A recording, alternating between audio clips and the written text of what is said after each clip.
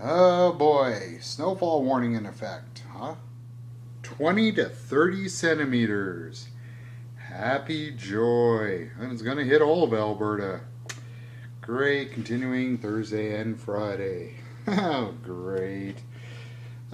Just for fun, I've noticed on YouTube, you crazy people who actually watch this stuff watch from all over the world. So leave a comment down below, down there, about how nice the weather is where you live.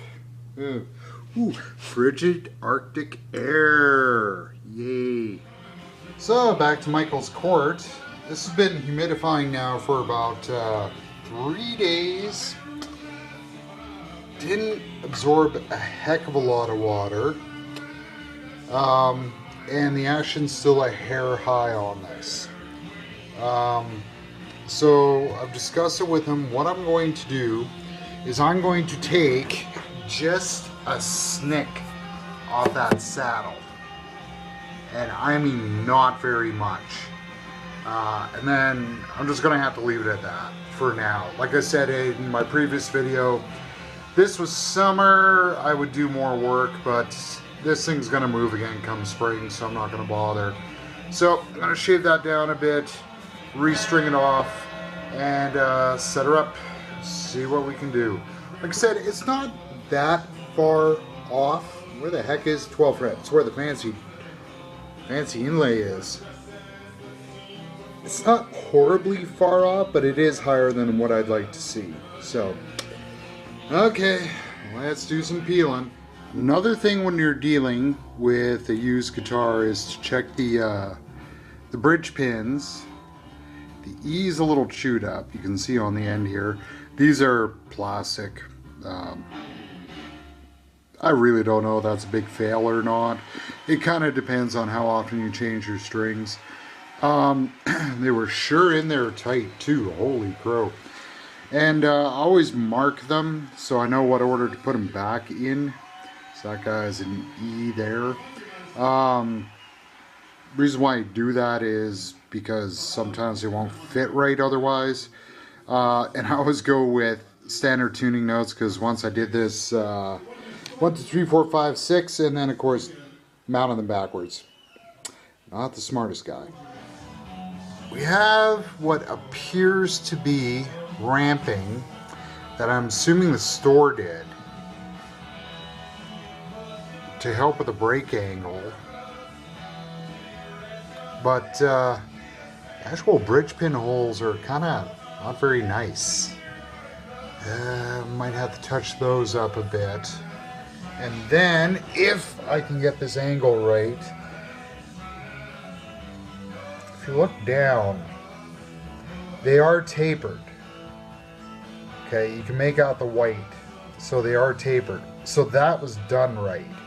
It's just the actual holes themselves are a little bit rough, which is probably why they're tight in there. So I'm gonna have to touch that up a bit. Let's see what a pain it's gonna be to get the saddle out. Okay, so I literally put down the iPod, grabbed the saddle, and pulled it out. And I discovered something when I did that. I don't think they shaved the saddle. I think this was set wrong at the factory, or set low at the factory, I should say, not necessarily wrong. And we also have a problem, there's some wiggle in there. Yeah. Again, it's an acoustic, that stuff, it's constant. Literally just a hair, maybe a 1,000th off is all I'm going to take off of this, so yeah.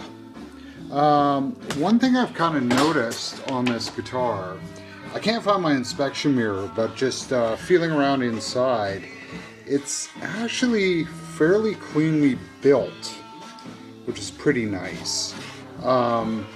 Feel the odd bit of furring, but I mean that's bound to happen, but she's pretty, a good grope sometimes will tell you a lot of information, but yeah, you probably already know that. So I'm trying something new and it's working really, really well. I've been using Barkeep's Friend as sort of like a final polish when I'm doing fret work. And the frets on here are really nice, so I thought I'd just try using these off as final polish, and it's actually really working a charm. I like this, except of course can't do it one-handed. The one thing is though, this fretboard is dry. It's just trying to absorb that, so I'm gonna have to wash and scrub this thing. But yeah, that's really helping. Cool. Learn something new. Love this stuff. See, drummers are good for information sometimes. Man, I hated to have to do that, but the only way I could figure out to clean those up a bit was to wrap some steel wool around the end of a pencil and spin it in there. So I'm gonna have to spend a bit of time cleaning that up. I hate steel wool, largely because there's usually oil in this. So I'll clean that up, and then I'm gonna have to oil this puppy because everything's good and dry. But it's kind of cool. I can talk about the sound hole and sound hole crazy. Somebody will probably ask me what kind of effect I use to make this sound. Man, that soaked up a lot of oil. Look at the difference at the bottom of the slot and the top. She was dry. Okay. Just want to do one quick thing and then we're going to string her. It's actually something I really like about this guitar. It doesn't have like a really thick finish on it. It's nice and thin. So, like I said, this is actually, relatively speaking, for an acoustic, is a really well-built guitar. So, let's pop some strings on this puppy. I've shown this in other videos. This is the way that I always string, so I can string to tension. So I'm going to do this up with 4 fingers. If I were to do this with, you know, get my thumb up there and get more string on here, then there's more windings and it's a stiffer playing instrument. So I'm just going to go with 4 on this. It should be perfect. Needs to be tuned a bit, but yeah, we're going with phosphorus bronze, which I think is going to brighten this up a bit so it's a little more lively. Just went for a smoke, saw a hair, and it was pure white. So yeah, winter's here. So now I gotta stretch these things, and again, hard to do one-handed, but you know what, don't be gentle, be firm, okay? Just be firm, would ya?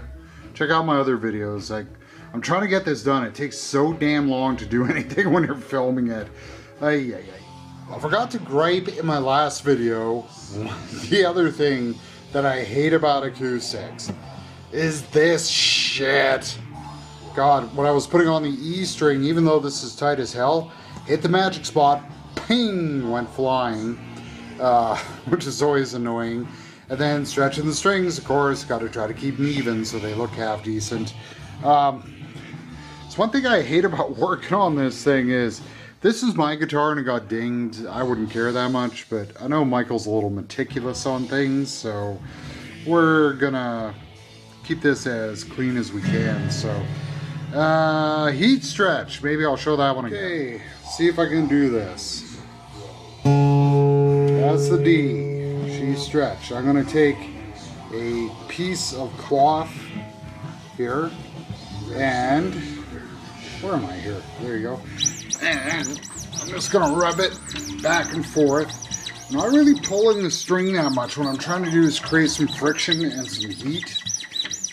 And it goes flat.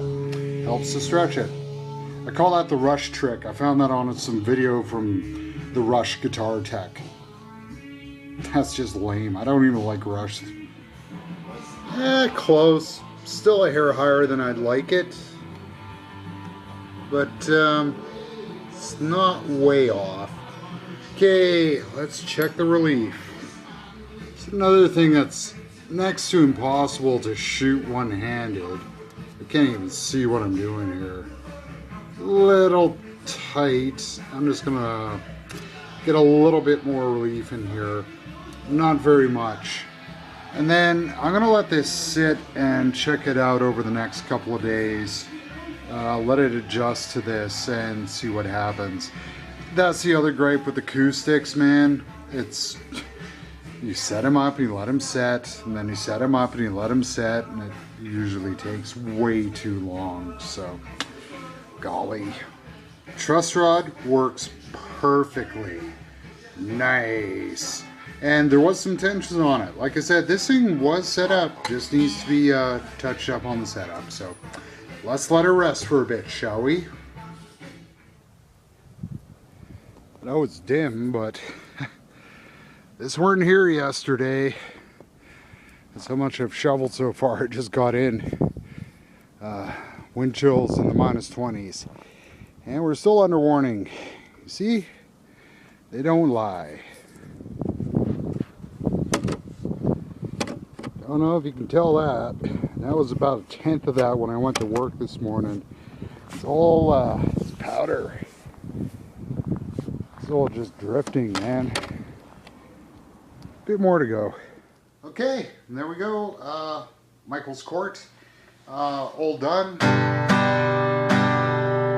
Dreadnoughty. I understand the sonic appeal of the Dreadnought, the ergonomics driving up the wall. Wow, that's a shiny guard. Look at that. It's capturing the screen of the iPod there. So I swapped this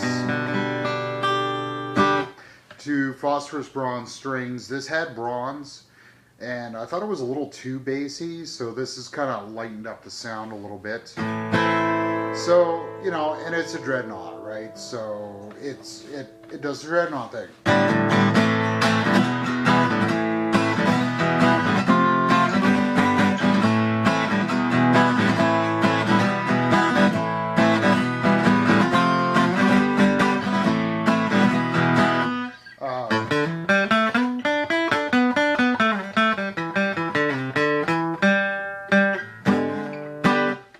Sounds good. I can only play acoustic for so long because of the carpal tunnel. And again, big acoustic guitar, fat guy. Not good for carpal tunnel. I'm much more of a finger style guy, so if I get closer and...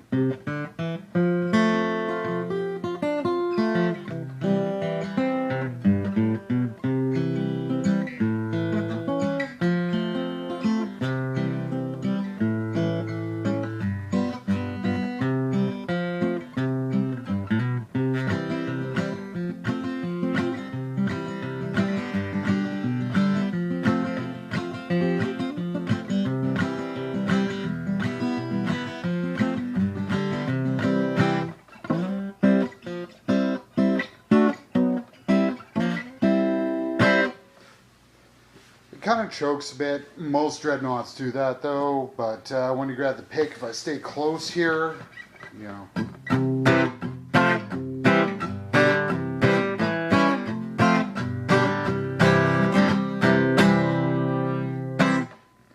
And that's my buttery fingers, that's not the frets, so.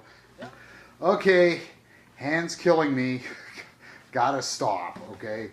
Ergonomics. That is not ergonomic, which is really sad. So, but try to get rid of that screen glare. So yeah, I gotta stop. Carpal tunnel, big body Dreadnought, not a good idea to mix together. So, but yeah, you know what? You got a pretty good guitar here, Michael. So yeah, and it's a Cort. So I'm not gonna swing it and bang it because it's not my guitar, so I can't do that. Okay, there you go. Anyways. Big old Northtown Sound, thanks a lot for watching this. Stay warm, because I'm desperately trying to. Later.